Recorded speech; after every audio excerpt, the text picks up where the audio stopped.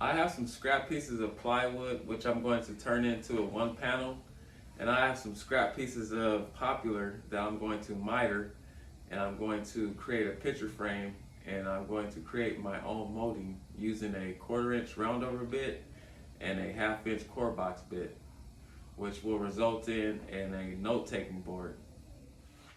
When it comes to gluing up plywood, biscuit jointing is the best method because once you make the biscuit, it gives you a little room of play. So that way, when it comes to line up the plywood panels, you can get them nice and flush. So if you were going to use dowels, you probably would have to self-center it, and there's a chance of you being off. And if that hole is off, that's it. But with the biscuit jointer, you can get it accurate, nice and flush. And once you glue it up, you probably have nothing to sand. Now that everything is sanded, I wipe down the plywood to make sure it's dust free and lint free. And I got my chalkboard paint, my 4-inch roller, and my paint pan. This is a simple process. It's just going to roll it on about 2 coats and then let it dry, flip it, and do the other side. I'm putting on the first coat right here. So now I'm just going to fast forward this part, and all you're going to see is the end result. But for the end result, you're going to notice that the plywood edges aren't painted. To get that painted nice and flush and even, I recommend sealing it and then painting over it once it's sealed. It'll give it a flush finish. Now I'm setting up the router table so I could make my first attempt at creating that molding. All I'm doing here is setting the bit height and then setting the fence. So once I run it through, I could just run all the pieces through at once. After that, then I'm going to switch router bits. Once everything's locked in place, I'm ready to go. As I run the work pieces through the router, the goal here is to run it through at an even, consistent rate. So I don't want to go too fast or go too slow. Otherwise, I might burn the workpiece or I might have chip out. But once I run it through one good time, I always raise the router bit just slightly so that way I could get a smooth profile.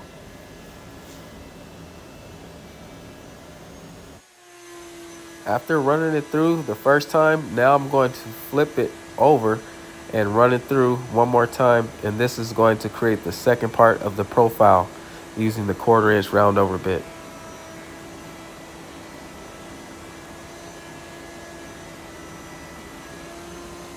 This is what it looks like. I swapped the 1/4 inch roundover bit out for the 1/2 inch core box bit.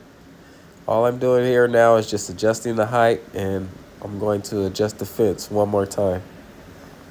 Since this router bit doesn't have a bearing on it, I have to do a little bit more measuring, because with the bearing on the router bit, I could just set the bearing to the fence. But in this case, I don't have it, so I'm just going to set it accordingly to how far I think the profile should be sticking out.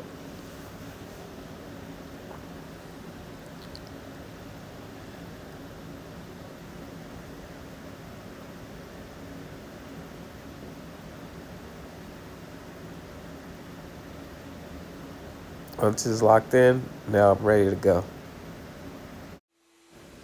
Now I have to run the profile against the fence. The tricky part about routing this is that it's unbalanced, so that way it might tip forward if I put too much pressure on it. So I have to take it slow and easy and keep the workpiece balanced in order to get a good profile.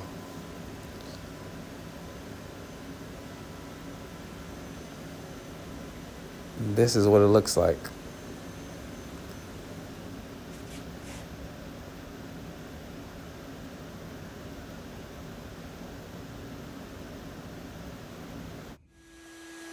Now I've installed a 3/8 straight router bit, and this is going to create the recess in the back of the molding so that way it'll accept the plywood panel.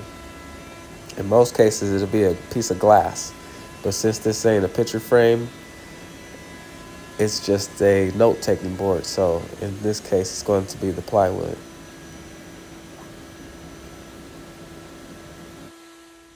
Before I glue up the miter joints, I'm going to add some pre-stained wood conditioner and then follow up with some sandpaper and then put the stain on there. But after that, then I can proceed to gluing it up, which I have about 3 different ways I can glue it up that I want to try out and see which one works best. This is the first method I'm trying. It's just some corner blocks that I use with the band clamps. All it is just a L-shaped cutout of it and a center hole drilled at where the two 90-degree points meet.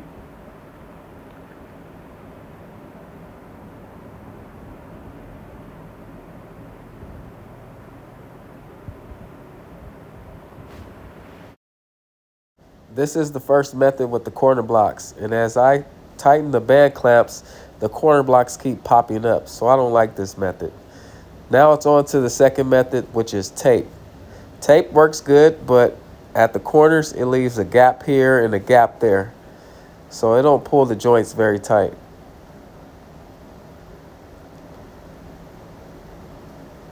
So what I'm left with is the third and final method, which I think works the best. It's just a scrap piece of plywood that's 90 degrees on each end. And all I'm going to do is just nail up each corner as I go, rotate the workpiece to get a perfect miter frame. And this is the end result.